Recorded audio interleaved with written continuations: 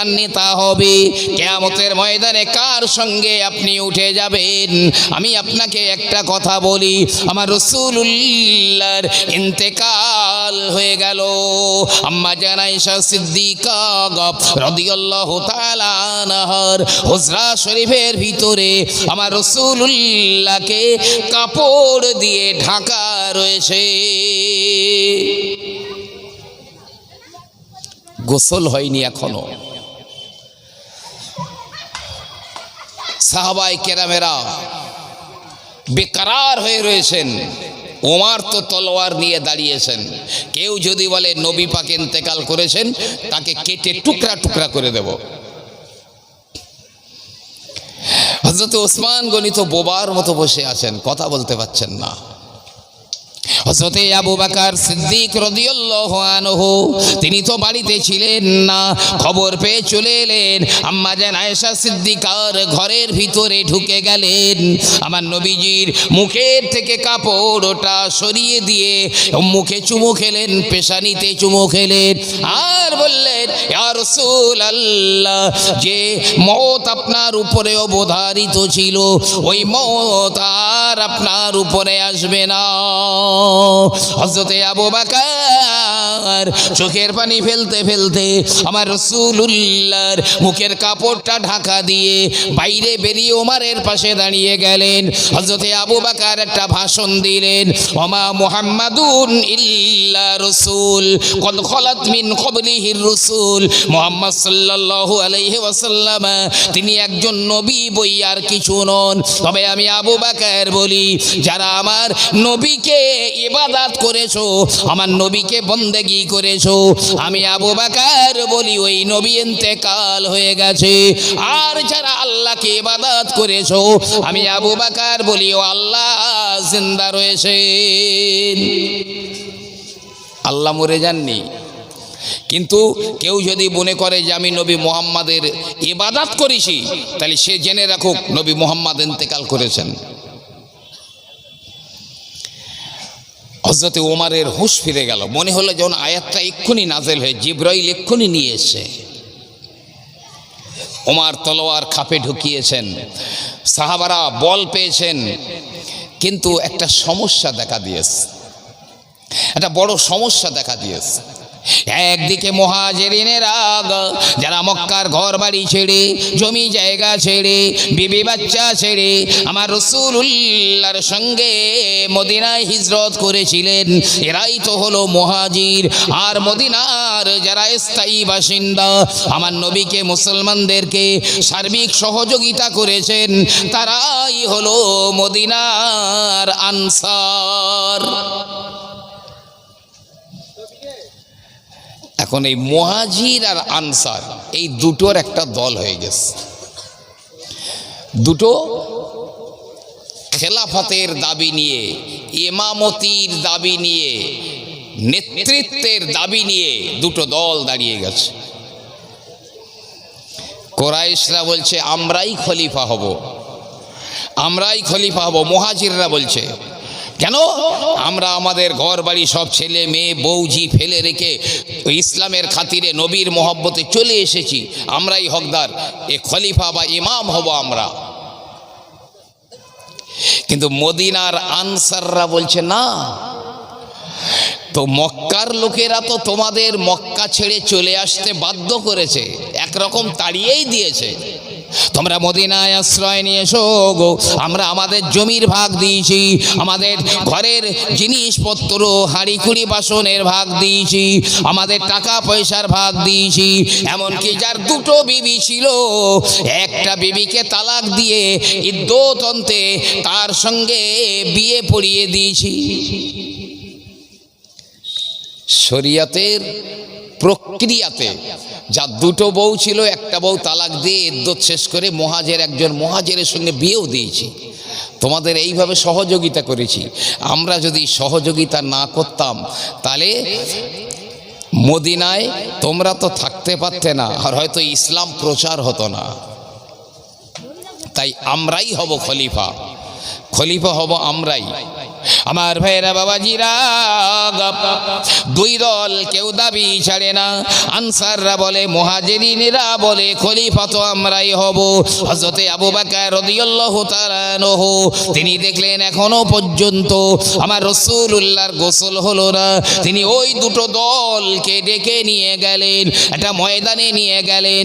ওই ময়দানটার নাম হলো সাকিফা বনু সাআদা। ওই জায়গায় একটা বড় ময়দানে দুটো দলকে এক জায়গায় করলেন। সাকিফা বনু সাআদা জায়গাটার নাম।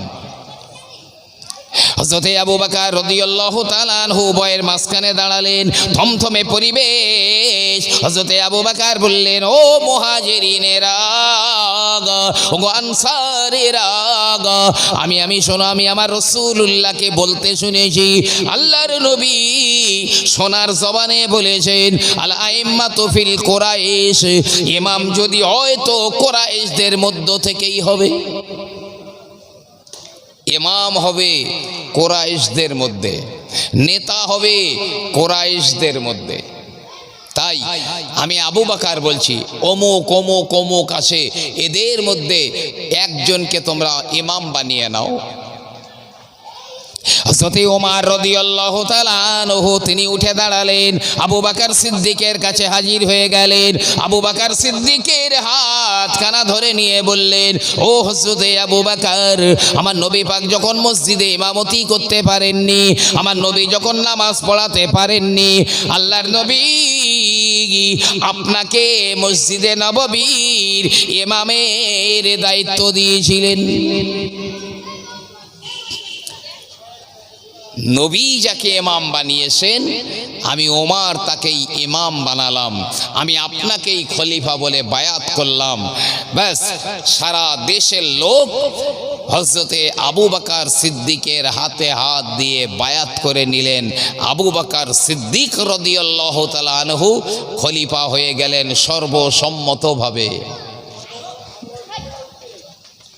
জি, কোরআন শরীফে আমার আল্লাহ রাব্বুল আলামিন বললেন, ইয়া আইয়ুহাল্লাযীনা আমানুত্তাকুল্লাহ, ও ঈমানদারেরা, তোমরা আল্লাহকে ভয় করো গো। ওয়াকুনু মা'আস সাদিকিন, তোমরা সিদ্দিকিনদের সঙ্গী হয়ে যাও। যারা সত্যবাদী, যারা সিদ্দিক, তোমরা তাদের সঙ্গী হয়ে যাও। জি, নবীর আওলাদ যারা, সাহাবাদের আওলাদ যারা, আল্লামা রুহুল আমিন রহমাতুল্লাহ আলাইহে দাদা হুজুর কেবলার জীবনীতে লিখেছেন, যারা কোনো নবীর আওলাদ বা সাহাবাদের আওলাদ, তাদের সম্মান করা ওয়াজিব, মানে কম্পালসারি, ওয়াজিব। এই দেখুন না, মালিক ইবনে দিনার নাম শুনেছেন আপনারা, জবরদস্ত বড় আল্লাহর ওলি ছিলেন মালিক বিন দিনার। তখন মালিক বিন দিনারের পুরো রমরমা বাজার। একদিন হযরতে মালিক ইবনে দিনার রহমাতুল্লাহ আলাইহি তিনি এক জায়গা থেকে উঠে অন্য জায়গায় যাচ্ছেন। সব লোকজনেরা মালিক ইবনে দিনারের পিছনে পিছনে যায়, কিন্তু ওখানে একটা নবীর আওলাদ দাঁড়িয়ে রয়েছে, আমার নবীর বংশের একজনা দাঁড়িয়ে রয়েছে, তার দিকে কোনো মানুষ ভ্রুক্ষেপ করে না। নবীর আওলাদ একটা রয়েছে, কেউ দেখে না। ওই মালিক বিন দিনারের পেছন পেছন সব যাচ্ছে।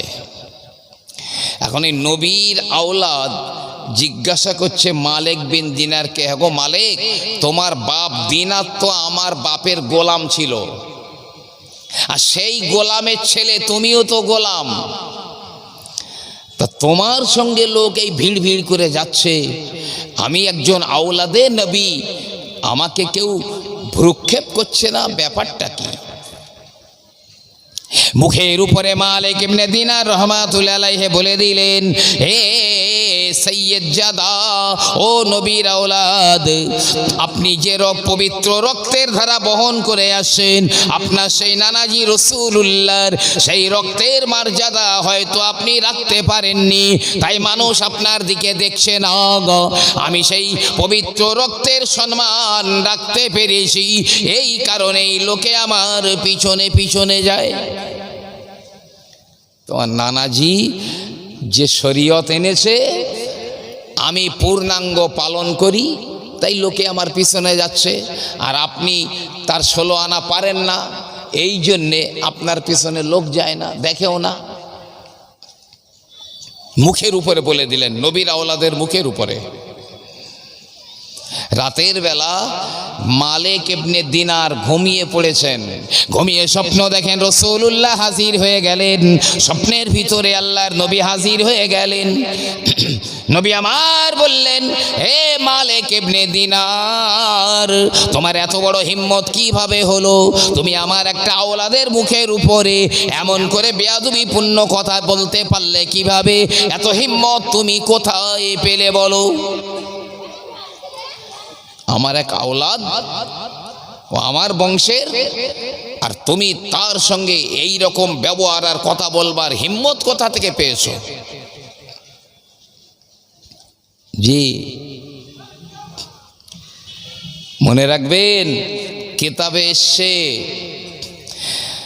নবীর আওলাদ যারা, সাহাবাদের আওলাদ যারা, তাদের আমল কম থাকলেও তোমরা তার দলে ঢুকে যাও। আর যারা তাহাজ্জুদ, ইশরাক, আওয়াবিন, সালাতুত তাসবিহ, সালাতুত তওবা, হাজারো ইবাদত ডে নাইট করছে, অথচ নবীর আওলাদদের প্রতি যাদের সুধারণা নেই, তোমরা তাদের দলে যেন যেও না, তাদের দলভুক্ত হয়ে যেও না। ও ভাইরা, সৈয়দ জাদি একজন নবীর বংশের একজন বিধবা মহিলা, কটা ছোট ছোট বাচ্চা রয়েছে। নবীর বংশেরই একজন মহিলা বিধবা হয়ে গেছে, তার ছোট ছোট বাচ্চা আছে, সংসারে আয় করার কেউ নেই, বাচ্চাগুলো খুব খাওয়া বিনে কষ্ট পাচ্ছে, খুব কষ্ট পাচ্ছে। এখন এলাকায় একটা ধনী মুসলমান দেশ, খুব ধনী লোক মুসলমান, তো ওই সৈয়দ জাদি তার ওই এতিম বাচ্চাগুলোকে নিয়ে ওই ধনী লোকটার, মুসলমানটার বাড়ি গিয়েছে। হ্যাঁ গো, আমি সৈয়দ জাদি, আমি নবীর বংশের, আমি বিধবা, আমার বাচ্চাগুলো এতিম, খাওয়া হয় না, কষ্ট পাচ্ছে, তাই এসেছি, যদি আমার বাচ্চাদের কিছু ব্যবস্থা করে দিতে পারতেন। ধনী লোকটা বলে, তুমি যে সৈয়দ জাদি তার দলিল দেখাও গো, তুমি যে সৈয়দ জাদি তার উপযুক্ত দলিল আমাকে দেখাও। তুমি মুখে বললে বিশ্বাস করব না, দলিল দাও। বলছি, আরে আমি নবীর বংশের একজন মহিলা, তো আমি কি দলিল দেব? আমি কি মিথ্যে বলছি? বলে, দেখো ওসব কথা জানি না, যদি দলিল দেখাতে পারো এসো, আর যদি দলিল দেখাতে না পারো তাহলে কেটে ওঠো। সোজা কথা, আমি দলিল ছাড়া কোনো কাজ করি না। মুসলমানটা বলছে। সৈয়দ জাদি আর কি করবে, এতিম বাচ্চাদের নিয়ে মনটা খারাপ করে ফিরে যাচ্ছে। যেতে যেতে একটা মজুসির সঙ্গে দেখা। মজুসি মানে যারা আগুন পুজো করে, পারসিক, আগুন পুজো করে, এইরকম একটা লোক রাস্তা ছিল। আরে সৈয়দ জাদি তার এতিম বাচ্চাদের নিয়ে যাচ্ছে, মনটা খারাপ। ওই মজুসি বলে, কি ব্যাপার হে মহিলা, মন কেন এত বেজার, কোথায় যাওয়া হয়েছিল? সৈয়দ জাদি বলল, দেখুন, আমি হলাম আমার নবী রাসূলুল্লাহর বংশের একজনা মহিলা, আমি সৈয়দ জাদি, আমার কটা এতিম বাচ্চা খাওয়া বিনে মরে যাচ্ছে, তাই ওই ধনী মুসলমানের বাড়ি গিয়েছিলাম, আমাকে দলিল দেখাতে বলছে, ও নাকি দলিল ছাড়া কোনো কাজ করবে না, আমি তাকে কি দলিল দেখাবো? তাই মনটা খারাপ করে ফিরে যাই। ওই মজুসি বলছে, দেখুন, আমি যেহেতু মুসলমান নই, আমি আগুন পুজো করি, আমি আল্লাহ বিশ্বাসী নই, তোমার নবী মোহাম্মদের নবুয়তেও বিশ্বাসী নই। তবে আমি জানি তোমার খানদানের একটা ঐতিহ্য আছে, তোমাদের বংশের একটা ঐতিহ্য আছে, এটা আমি জানি। তাই আমি মজুসি হলেও তোমার বংশ, তোমার খানদানকে আমি সম্মান করি। তো কোথাও যেতে হবে না। হে সৈয়দা, যদি মনে করেন আমার বাড়ি চলে আসুন, আমি আপনাকে জায়গা দিচ্ছি, ঘর দিচ্ছি, যা প্রয়োজন খাওয়া দাওয়া পোশাক আশাক সব দিচ্ছি আমি, কোথাও যেতে হবে না, আমার বাড়ি থাকুন। আগুন পুজো করে। সৈয়দ জাদি তার এতিম বাচ্চাগুলোকে নিয়ে ওই মজুসির বাড়িতে চলে যায়। মজুসি তাকে ঘর দিয়ে দিল, সব কিছু ব্যবস্থা করে দিল গো। যেতে যেতে রাত হয়ে গেল। ওই বড় লোক মুসলমানটা, ওই নাম কেউ আসতে ধনী মুসলমানটা রাতের বেলা ঘুমিয়ে রয়েছে। ঘুমিয়ে স্বপ্ন দেখছে কিয়ামত হয়ে গেছে, কিয়ামত হয়ে গেছে, মানুষের জীবগুলো বেরিয়ে গেছে সব পানি পানি করে, কি কঠিন কষ্ট। এখন এই ধনী মুসলমানটা হাঁপাতে হাঁপাতে, কুকুরের মতো হাঁপাতে হাঁপাতে যাচ্ছে, দেখছে কি সুন্দর জান্নাতের মধ্যে একটা সুন্দর অট্টালিকা, মনোরম পরিবেশ, কি সুন্দর অট্টালিকা। আর সেই অট্টালিকার সামনে আমার নবীজি চুপচাপ দাঁড়িয়ে রয়েছে। এই ধনী বড় লোকটা স্বপ্ন দেখছে, আমার নবীজি ওই অট্টালিকার সামনে চুপ করে দাঁড়িয়ে রয়েছে। মুসলমানটা বলে, আসসালামু আলাইকা ইয়া রাসূলুল্লাহ। হুজুর, এই মহলটা কার জন্যে হুজুর? এত সুন্দর মহল, এত সুন্দর অট্টালিকা, এটা কার জন্যে? আমার রাসূলুল্লাহ বললেন, বাবা এটা মুসলমানের জন্যে, এই অট্টালিকা মুসলমানের জন্যে। তো হুজুর, আমি তো একজন মুসলমান, তাই অট্টালিকা তাহলে আমাকে দিয়ে দিন, আমি তো মুসলমান। নবী বলছে, হ্যাঁ ঠিক আছে, তা তুমি যে মুসলমান তার দলিল দাও, তুমি মুসলমান দলিল দাও। এ তো ঘাবড়ে গিয়েছে, বলছে হুজুর আমি মুসলমান, এর আর কি দলিল থাকতে পারে, কি দলিল দেব? বলে, দেখো আমি কারোর কথায় বিশ্বাসী নই, আমি দলিল ছাড়া কোনো কাজ করি না। যাও, আমার এক মেয়ে তোমার বাড়িতে গিয়েছিল, তুমি তার কাছে দলিল চেয়েছিলে, তুমি সৈয়দা, তার দলিল দেখাও। দলিল দেখাতে পারেনি, তাড়িয়ে দিয়েছিলে। আমিও বলছি তুমি মুসলমান, দলিল দেখাও, দলিল দেখাতে পারলে ওই মহলে ঢুকে যাও। ঘুম ভেঙে গেল, ঘুম ভেঙে গেল ওই ধনী লোকের। সকালবেলা উঠে কুকুরের মতো হন্যে হয়ে গেছে, কোথায় গেল সৈয়দ জাদি? খুঁজে খুঁজে হয়রান হয়ে যায়, যে কোনো মূল্যে ওই সৈয়দ জাদিকে আমার বাড়িতে আনতে হবে, আমি সব তার ব্যয়ভার বহন করব। খুঁজে খুঁজে খুঁজে খুঁজে পাওয়া যায় না। শেষ বেলায় খবর হলো অমুক মজুসির বাড়িতে রয়েছে, অমুক ওই আগুন পূজারি তার বাড়িতে ওই সৈয়দ জাদি তার এতিম বাচ্চাদের নিয়ে আছে। এখন এই মুসলমানটা আস্তে আস্তে করে ওই আগুন পূজারির বাড়িতে গেল, গিয়ে বলছে, ভাই একটা কথা বলবো? বলে, হ্যাঁ। বলে, তোমার বাড়িতে ওই যে সৈয়দ জাদি আর ওই বাচ্চা এতিম বাচ্চারা রয়েছে, ওদের আমার কাছে দিয়ে দাও, তার বিনিময়ে আমি তোমার 1000 টাকা দিচ্ছি, 1000 টাকা দিচ্ছি। সেই জমানায় একদম নিঃস্বার্থে 1000 টাকা দিচ্ছি, তুমি শুধু ওই সৈয়দ জাদি আর ওই এতিম বাচ্চাদের আমার হাওলা করে দাও। এখন মজুসি বলছে, তা সেই অত বড় মহল 1000 টাকায় বিক্রি করে দেবো? তো মাথায় হাত। আরে ও জান্নাতের অত বড় মহল অট্টালিকা আমি 1000 টাকায় বিক্রি করে দেব? না না না, হতে পারে না।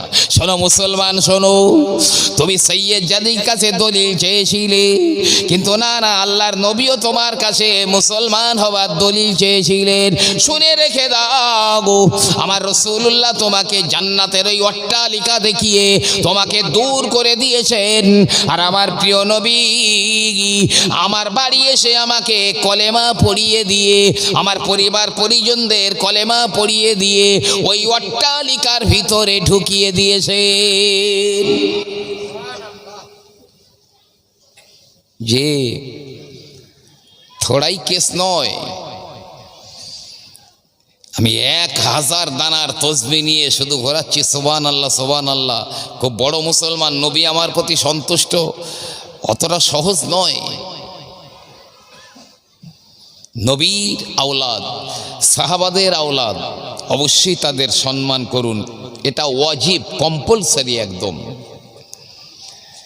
ভাই আমার, বাবাজির আমার, আমি আপনাকে বলতে চাই, মনে রাখুন, মুজাদ্দিদে জামান আমিরুশ শরিয়াত আমার দাদা হুজুর কিবলা রহমাতুল্লাহ আলাইহি, তিনি দরবারে বসে রয়েছেন, বহুত মুরিদ মুতাকিদিনেরা বসে আছেন।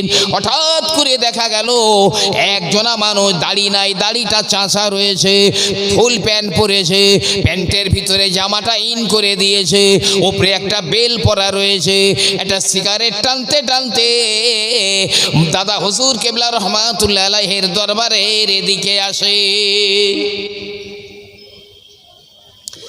কাছাকাছি এসে সিগারেটটা ফেলে দিয়েছে। দাদা হুজুর কিবলা দরবারের কাছে চলে এসছে। দাদা হুজুর কিবলা ওই লোকটাকে দেখে উঠে দাঁড়িয়েছেন। দাদা হুজুর কিবলা রহমাতুল্লাহ আলাইহি উঠে দাঁড়িয়েছেন ওই লোকটা সম্মান করবার জন্যে, আদব করবার জন্যে। সালাম কালাম কথাবার্তা হওয়ার পরে লোকটা আবার ফিরে গেল, চলে গেল। দাদা হুজুর কিবলা রহমাতুল্লাহ আলাইহি বসে পড়লেন। মুরিদরা বলছে, হুজুর, এই আপনার দরবারে লোকটা এই বেয়াদবি হালতে আসলো। তখনকার দিনে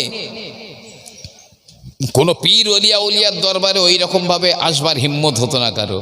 আসলো আবার সাদা বিড়ি টানতে টানতে আসছিল, আর আপনি ওই লোকটাকে দেখে সম্মানে দাঁড়িয়েলেন, আদবের জন্য দাঁড়িয়ে গেলেন। আমরা তো ব্যাপারটা বুঝতে পারলাম না। মুজাদ্দিদে জামান হুজুর বলেছিলেন, বাবারা ওই লোকটাকে চেনো নাকি? চেনো? না না হুজুর, চিনি না।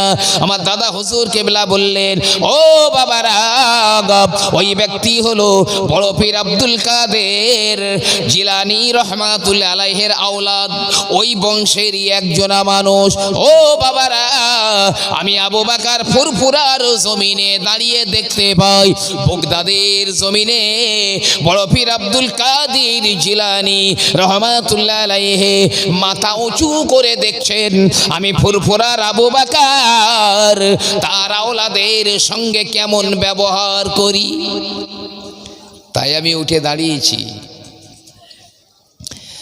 দাদা হুজুর বড় পীর সাহেব কিবলা রহমাতুল্লাহ আলাইহি যদি বাগদাদ থেকে মাথা উঁচু করে দেখতে পারেন ফুরফুরার আবু বকর তার ওই আওলাদটার সঙ্গে কি ব্যবহার করছে, তো সিগারেটও খায়, তা আল্লাহর ওলিরা তার কবর থেকে মাথা উঁচু করে দেখতে পারেন না তাদের আওলাদদের সঙ্গে কি ব্যবহার করা হচ্ছে।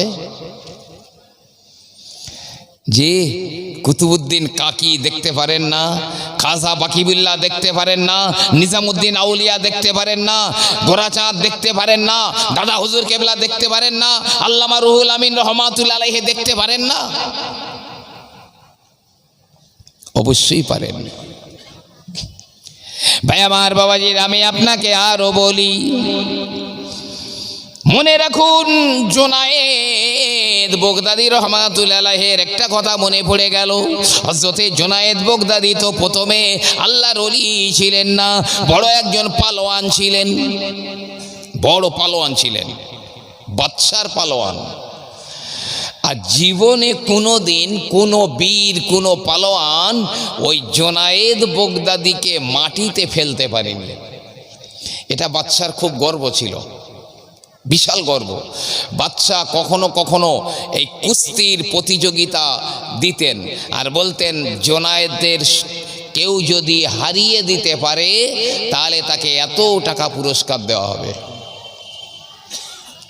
কিন্তু কেউ পারত না, কেউ পারত না। আর একবার বাদশা ওই রকম বলেছে, এই জোনায়েদের সঙ্গে কুস্তি করে যারা জোনায়েদকে হারিয়ে দিতে পারবে 1000 টাকা পুরস্কার, আর যারা জোনায়েদের সঙ্গে কুস্তি করবে হেরে গেলে 500 টাকা।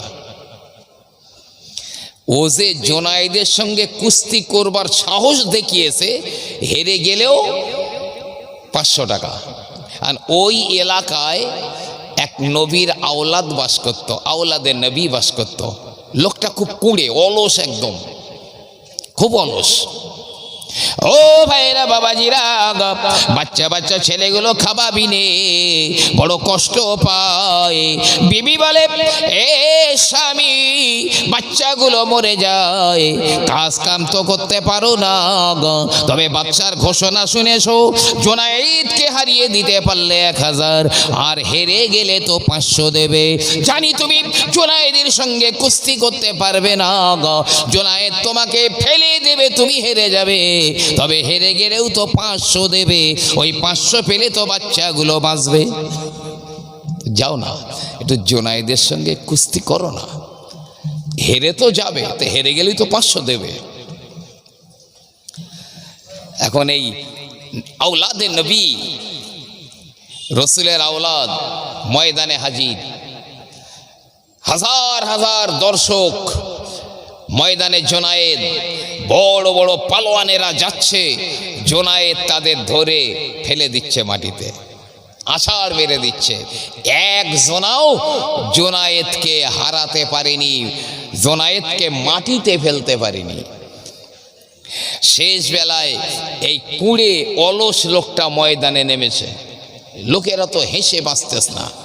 আরে কত হাতি গেল রসাতল, আরে মশা এসে বলছে কত জল, সব মাটিতে ফেলে দিলে। আর ও অলস কুঁড়ে নিজে পারে না নড়তে, ও যাচ্ছে জোনায়েদের সঙ্গে লড়াই করতে। লোকেরা হেসে হেসে এমনি করে ক্রিটিসাইজ করে, কোনো দিকে খেয়াল নাই। এই কুঁড়ে লোকটা জোনায়েদের কাছে গিয়েছে, জোনায়েদের কাছে দাঁড়িয়েছে, দাঁড়িয়ে আস্তে করে বলে, জোনায়েদ শুনে রেখে দাও, তুমি তো বড় বড় বীর পালোয়ানকে মাটিতে আছাড় মেরে ফেলে দিয়েছো, তবে শোনো, আমি হলাম আওলাদে নবী, আমি নবীর আওলাদ, আমি একজন কুঁড়ে মানুষ, আমার বাচ্চাগুলো না খেয়ে মরে যায়, বিবি বাচ্চারা মরে যায় রে জোনায়েদ। তাই বাচ্চা ঘোষণা দিয়েছে, তোমার সঙ্গে লড়াই করে হেরে গেলেও 500 দেবে।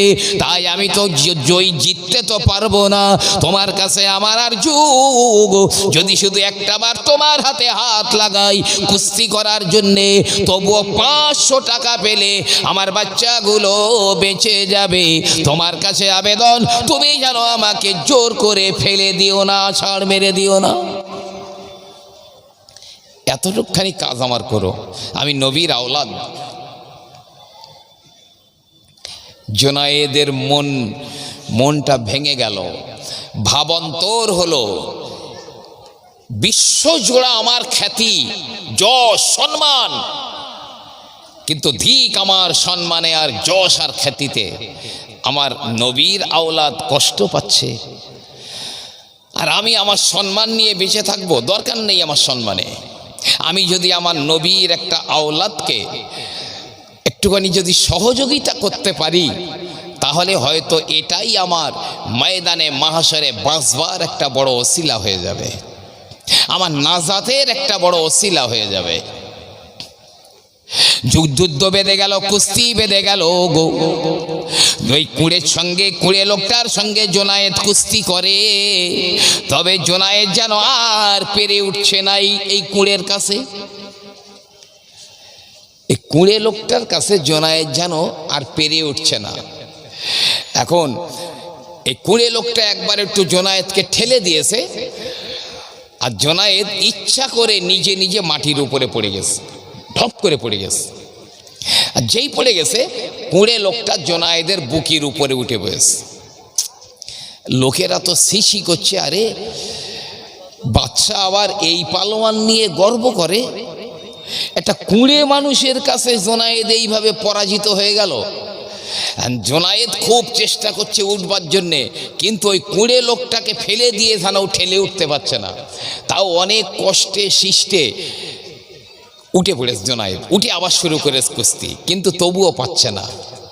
আবার কুঁড়ে লোকটা জোনায়েদকে ঠেলে দিল, জোনায়েদ আবার মাটির উপরে পড়ে গেল। জোনায়েদের বুকের উপরে ওই কুঁড়ে লোকটা বসে গেল।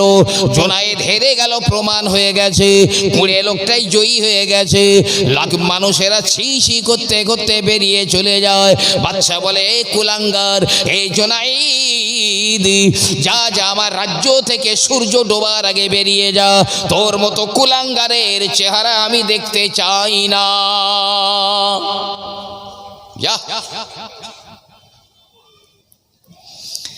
জোনায়েদ নিজের যশ খ্যাতি মান সম্মান বিসর্জন দিয়ে মাথাটা নিচু করে চলে যাচ্ছে। তবে মনে একটা সান্ত্বনা, আমি আমার নবীর একটা আওলাদকে সাহায্য করতে পেরেছি, সহযোগিতা করতে পেরেছি। যেতে যেতে এক জঙ্গলের ভিতরে চলে গেছেন। সন্ধ্যা ঘনিয়ে এসছে, সন্ধ্যা হয়ে গেল, চারিদিকে আঁধার নেমে এলো। জোনায়েদ গাছতলায় বসে পড়লেন হেলান দিয়ে, ক্লান্ত দেহ, ক্লান্ত শ্রান্ত দেহ নিয়ে গাছতলায় নিজের শরীরটাকে এলিয়ে দিয়েছেন গাছের গোড়ায়। ঘুমিয়ে পড়েছেন, ঘুমিয়ে পড়েছেন। হঠাৎ করে ঘুমিয়ে স্বপ্ন দেখেন আমার রাসূলুল্লাহ স্বপ্নের ভিতরে জোনায়েদের কাছে হাজির হয়ে যায়। ও জোনায়েদ, তুমি তোমার মান সম্মানগুলো, তোমার যশ খ্যাতিগুলো বিসর্জন দিয়ে তুমি আমার এক আওলাদকে সহযোগিতা করেছো। ও জোনায়েদ, আমার আল্লাহ রব্বুল আলামিন তোমাকে তার ওলি বানিয়ে নিয়েছেন। বলুন না সুবহানাল্লাহ। তারপর থেকে জোনায়েদ আল্লাহর ওলি হয়ে গেল। ওই জোনায়েদের নাম করলে বলতে হয় জোনায়েদ বাগদাদী রহমাতুল্লাহ আলাইহি।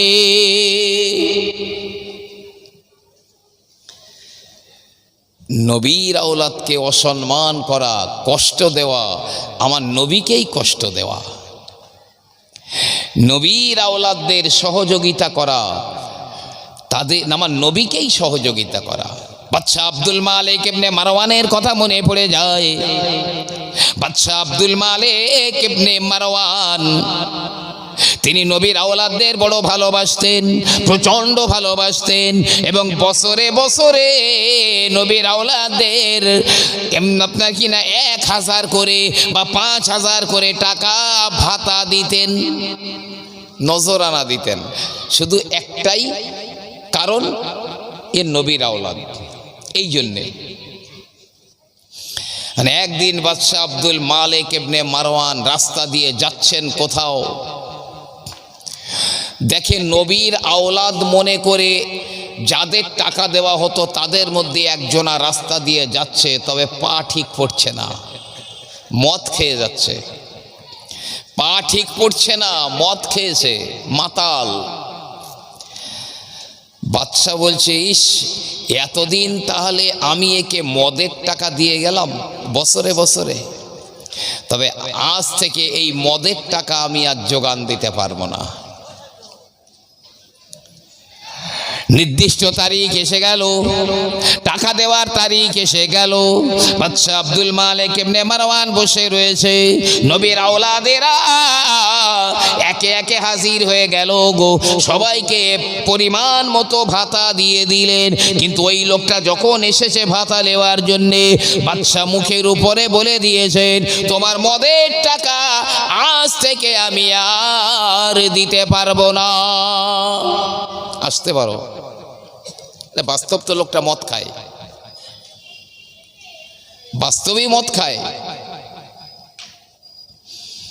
আর নবীর এই আওলাদ কি করবে, মাথাটা নিচু করে চলে গেল। জানছে আমি তো মদই খাই। বাদশা জানতে পেরেছে, কিছু করার নেই। রাতের বেলা ঘুমিয়ে পড়েছে বাদশাহ, দেখে আমার আল্লাহ রসুল বসে রয়েছেন, আমার রসুল্লাহ বসে রয়েছেন।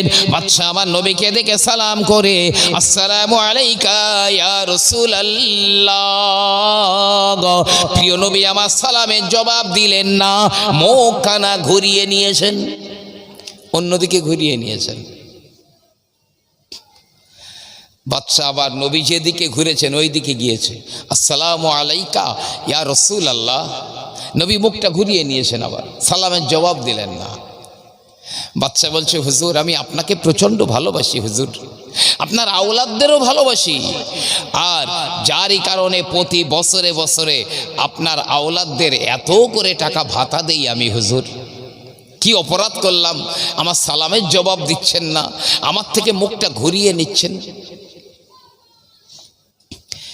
নবী বললেন, আমার আওলাদকে ভালোবাসার কি এই নিদর্শন যে আমার এক আওলাদকে তোমার বাড়ির থেকে তাড়িয়ে দেওয়া?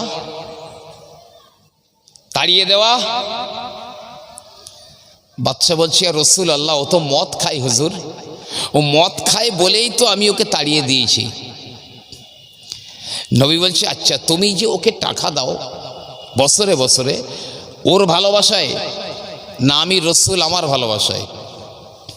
ইয়া রাসূলুল্লাহ আমি আপনার ভালোবাসায় ওকে টাকা দিই, আপনার ভালোবাসায় আপনার আওলাদদের আমি টাকা দিই। তো ও যদি মাতাল হয়, মদখোর হয়, ছেড়ে দাও। তো আমি নবী কি অন্যায় করেছি? তুমি তো আমার মহব্বতে দাও। আমি রসুল কি অন্যায় করেছি? আমার একজন আওলাদকে এইভাবে তাড়িয়ে দিলে? সকালবেলা বাদশা মালিক ইবনে মারওয়ানের ঘুম ভেঙে গেল, দৌড়ে দৌড়ে ওই মাতালের বাড়ি চলে গেল, অন্যায়টা স্বীকার করে নিল। হুজুর আমার অন্যায় হয়ে গেছে, ভাই আজ থেকে এই নিন, আমি 10,000 টাকা আপনার জন্য এনেছি, এটা নিন, আর যত সমস্যা পড়বে, যা প্রয়োজন পড়বে আপনি আমাকে বলবেন, আমি সবই আপনাকে দিয়ে দেব।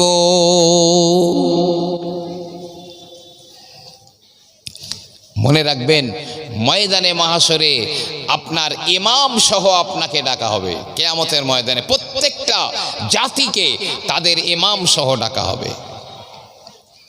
এসো, আপনি কার সঙ্গে, কোন নেতার সঙ্গে, কোন ইমামের সঙ্গে ময়দানে মাহশরে উঠতে চান, সেটা আপনাকে এই দুনিয়া থেকেই সিদ্ধান্ত নিতে হবে, কোন দিকে আপনি যাবেন।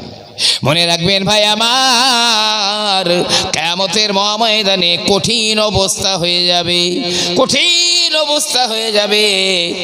আমার আল্লাহ রাব্বুল আলামিন কিয়ামত সম্পর্কে, জাহান্নাম সম্পর্কে বলবেন।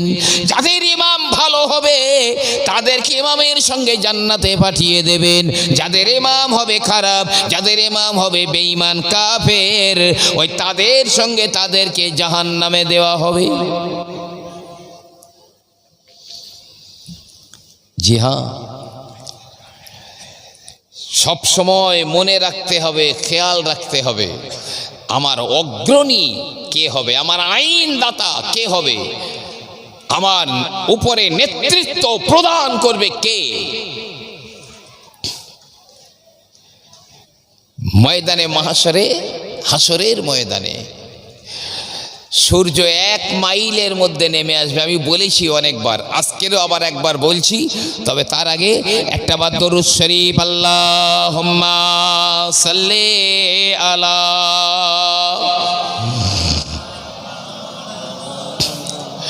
ওয়া আলা আলি সাইয়্যিদিনা।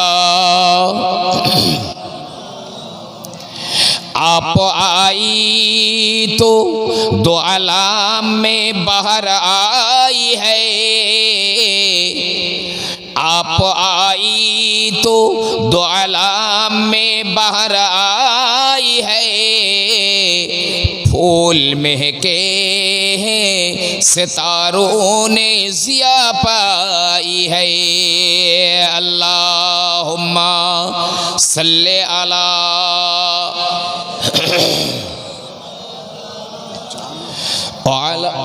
पानी पानी के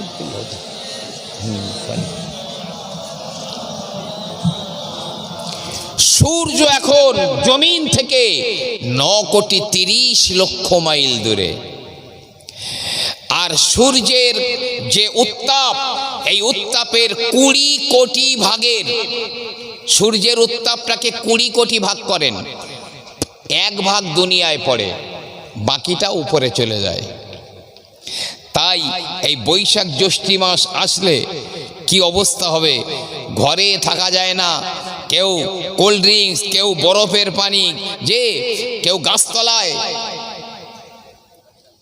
এত গরম, সে তো 20 কোটি ভাগের 1 ভাগ পড়ছে। কিন্তু ময়দানে মাহশারে আমার রাসূলুল্লাহ বললেন, আত্তা ইয়াকুনা মিকদারা মিলিন, সূর্য 1 মাইলের ভিতরে নেমে আসবে, 20 কোটি ভাগ উত্তাপ সবই জমিনের উপরে পড়বে, কোথাও টেনে নেবে না। গোটা দুনিয়ার জমিনটা বেলা রুটির মতো হয়ে যাবে, ঘর বাড়ি থাকবে না, পাহাড় পর্বত থাকবে না, গাছপালা থাকবে না, পুকুর থাকবে না, একটা ছোট গর্ত খুঁজে পাওয়া যাবে না। মসজিদ আর মাদ্রাসা, এই দুটো জিনিস ধ্বংস হয়ে যাবে না। তবে এই মাদ্রাসা এখানে থাকবে না, এ মসজিদ এখানে থাকবে না। দুনিয়ার মসজিদগুলো, দুনিয়ার মাদ্রাসাগুলো সবই পশ্চিম প্রান্তে চলে যাবে, টলমল টলমল টলমল করবে। আমার আল্লাহ পাক জিবরাইল আমিনকে বলবেন, ও জিবরাইল, আমি তো কোরআনে বলেছিলাম, কুল্লু মান আলাইহা ফান ওয়া ইয়াবকা ওয়াজহু রাব্বিকা যুল জালালি ওয়াল ইকরাম। সব ফানা হয়ে যাবে, কিচ্ছু থাকবে না, শুধু আল্লাহ থাকবেন, আর কেউ থাকবে না। সব তো ধ্বংস হয়ে গেল, কিন্তু মসজিদ মাদ্রাসাগুলো কেন ধ্বংস হয়নি জিজ্ঞাসা করো। জিবরিল আমিন আলাইহিস সালাম বলবেন, ও মসজিদেরা, ও মাদ্রাসাগুলো, তোমরা কেন ধ্বংস হলে না গো? এই মাদ্রাসা মসজিদের ইটগুলো, বালিগুলো, রডগুলো, সিমেন্টগুলো, কাঠগুলো সব জবান খুলে দেবেন আমার আল্লাহ। ওরাই সেদিন কথা বলবে, ও জিবরাইল, যারা আমাকে বানিয়েছে, সহযোগিতা করেছে, আমার মধ্যে পড়া ইলম শিক্ষা করেছে, কোরআন শিক্ষা করেছে, মসজিদ বলবে আমাকে যারা বানিয়েছে, আমার মধ্যে যারা নামাজ পড়েছে, তারা হলো আমাদের আহাল ও ইয়াল, ওদের আমাদের ভিতরে না নিয়ে আমরা ধ্বংস হয়ে যাব না। আল্লাহর আরশে আজিম নামিয়ে আনা হবে। আল্লাহর আরশে আজিমের একটা লম্বা, বিশাল লম্বা একটা ছায়া পড়বে, বিশাল ছায়া। ওই ছায়ায় 7 শ্রেণীর মানুষেরা আরশের ছায়ার নিচে স্থান পাবে, আর কেউ না, বাকি সব হাসর ময়দানে থাকবে। রসুল বলছে, কারো জীব লম্বা হয়ে নাভি পর্যন্ত ঝুলে যাবে, কারো জীব 70 মাইল লম্বা হয়ে যাবে। হাসরের লোকেরাও জীবের উপর দিয়ে দৌড়াদৌড়ি চলাফেরা করবে, ছুটোছুটি করবে। কারো জীব একটা ঘোড়া 3 দিন দৌড়ালে যত দূর যেতে পারে, কারো জীব অত লম্বা হবে। ময়দানে মাহশরে মাথার ঘিলু ফুটবে, টকবক টকবক করে ফুটবে, নাক দিয়ে ঘিলু বার হয়ে যাবে। কি কঠিন অবস্থা! কোরআন পাকে আমার আল্লাহ পাক বললেন, ওয়াতারান নাসা সুকারা ওয়া মা হুম বিসুকারা ওয়ালাকিন আযাবাল্লাহি শাদীদ। হে আমার নবী, কিয়ামতের মাঠে আপনি দেখবেন মানুষগুলো যেন মাতাল হয়ে রয়েছে, ওরা যেন নেশাখোর হয়ে রয়েছে। না না না, ওরা মাতাল নয়, নেশাখোরও নয়, বরং আল্লাহর আযাব বড় কঠিন। যে মেয়েরা পেটে বাচ্চা নিয়ে মারা গেছে দুনিয়ায়, ওই বাচ্চা নিয়ে উঠবে। যে ছোট ছোট বাচ্চা যারা মারা গেছে, ওই বাচ্চা অবস্থায় উঠবে। আল্লাহ বলছেন, হে নবী, মেয়েদের ওই পেটের বাচ্চা আযাব দেখে কখন বাচ্চা প্রসব হয়ে যাবে, ও মহিলা কিছু বুঝতে পারবে না, কখন আমার বাচ্চা প্রসব হয়ে গেল। আজ না হয় বাড়িতে বাচ্চা কাচ্চা হয় না, হসপিটাল নার্সিংহোমে নিয়ে যেতে হয়, কিন্তু আগের দিনে আমরা দেখেছি কোনো মা তার বাচ্চা হওয়া প্রাক্কালে কি কষ্ট পেতেন, কি কষ্ট পেতেন পাড়ার লোক জানতে পারত।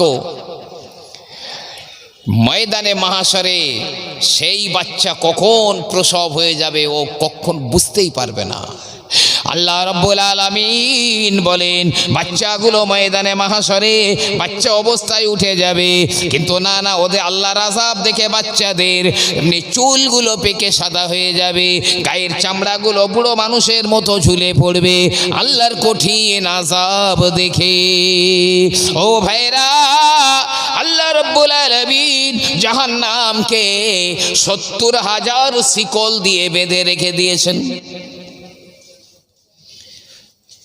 জাহান্নামটাকে বাঁধতে শিকল দরকার হয়েছে ৭০,০০০।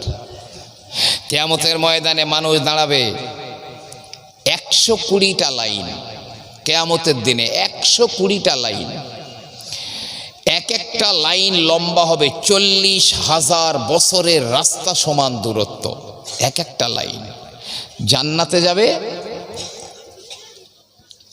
৩টে লাইন, ৩টে কাতার জান্নাতে যাবে, ১১৭টা কাতার জাহান্নামে যাবে।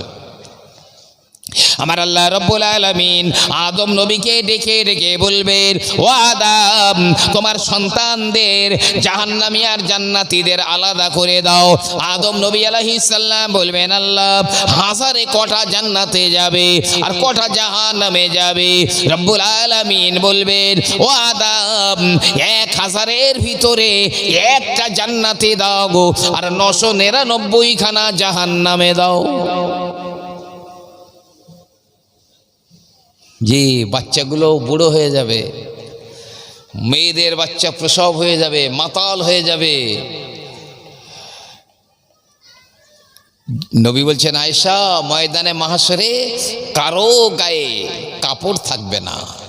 আম্মা জি বলছে, ইয়া রাসূলুল্লাহ, তাহলে তো খুব লজ্জার কথা, কারো গায়ে কাপড় থাকবে না। প্রিয় নবী আমার বলেন, আয়েশা রে, কিয়ামতের ময়দানটা এত কঠিন হবে, কেউ কারো দিকে তাকিয়ে দেখবার ফুরসত পাবে না, হিম্মত হবে না।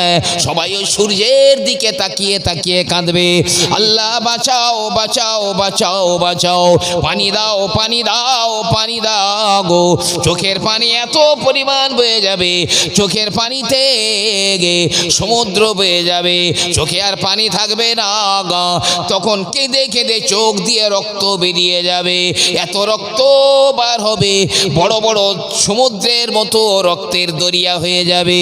বিশ্ব নবী আমার বললেন, ওই দরিয়াতে যদি টাইটানিকের চাইতেও বড় জাহাজ ছেড়ে দেওয়া হয়, নাবিক লাগবে না, মেশিন লাগবে না, দ্রুত গতিতে চলে যাবে। হাসরের ময়দানে মানবদের চোখে রক্তে চোখের ওই রক্ত যা বেরোবে, ওই স্রোতে বড় বড় জাহাজও ভেসে যাবে, কিন্তু ওই কান্নার কোনো লাভ হবে না, ওই কান্নার কোনো দাম নেই। দুনিয়াতে যদি আপনার চোখের পানি মাছির মাথা পরিমাণ হয়, তাহলে আমি বলছি পরে সময় পেলে ইনশাআল্লাহ। জি, প্রিয় নবী সাল্লাল্লাহু আলাইহি ওয়াসাল্লাম বলেন, এবারে জাহান্নামকে ছেড়ে দেওয়া হবে, ৭০,০০০ শিকল খুলে দেওয়া হবে। জাহান্নাম দৌড়ে দৌড়ে হাসর ময়দানের ধারে চলে আসবে। জাহান্নাম এত জোরে একটা চিৎকার দেবে, গর্জন করবে। আহা, সমস্ত ওলিয়া ওলিয়ারা, গৌস কুতুবেরা, পীর মাশায়েখ কালে মোলামারা, পাপি তাপি নেককার সবাই আছাড় খেয়ে হাসর ময়দানে পড়ে যাবে। ফেরেশতারা সব, জিবরাইল, মিকাইল, ইসরাফিল, আজরাইল, সব ফেরেশতারা আছাড় খেয়ে পড়ে গেছে জাহান্নামের গর্জন শুনে। ফেরেশতারা জানে কোনো ফেরেশতা জাহান্নামে যাবে না, আল্লাহ কোনো ফেরেশতাকে জাহান্নামে দেবেন না, এটা ফেরেশতারা জানে।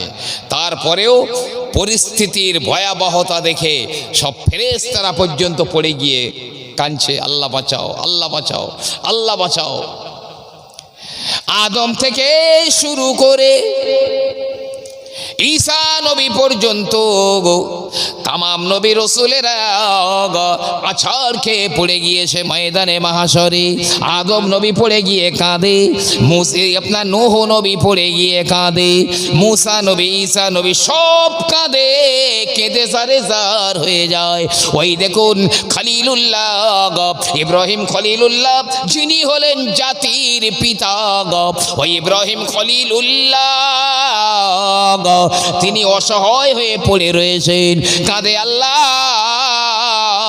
আমি আমার মায়ের জন্য কাঁদি না, আল্লাহ আমি ইব্রাহিম আমার জন্য কাঁদি, ইয়া রব্বি নাফসি নাফসি, আল্লাহ তুমি আমাকে বাঁচাও, আমি ইব্রাহিমকে বাঁচাও, আমার মায়ের জন্য আমি একবারও কাঁদি না আল্লাহ।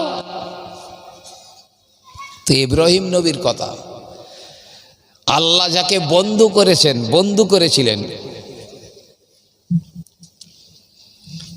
জবিহুল্লাহ ইসমাইল জবিহুল্লাহ, তিনিও আছাড় খেয়ে পড়ে রয়েছেন অসহায়ের মতো কাতরায়।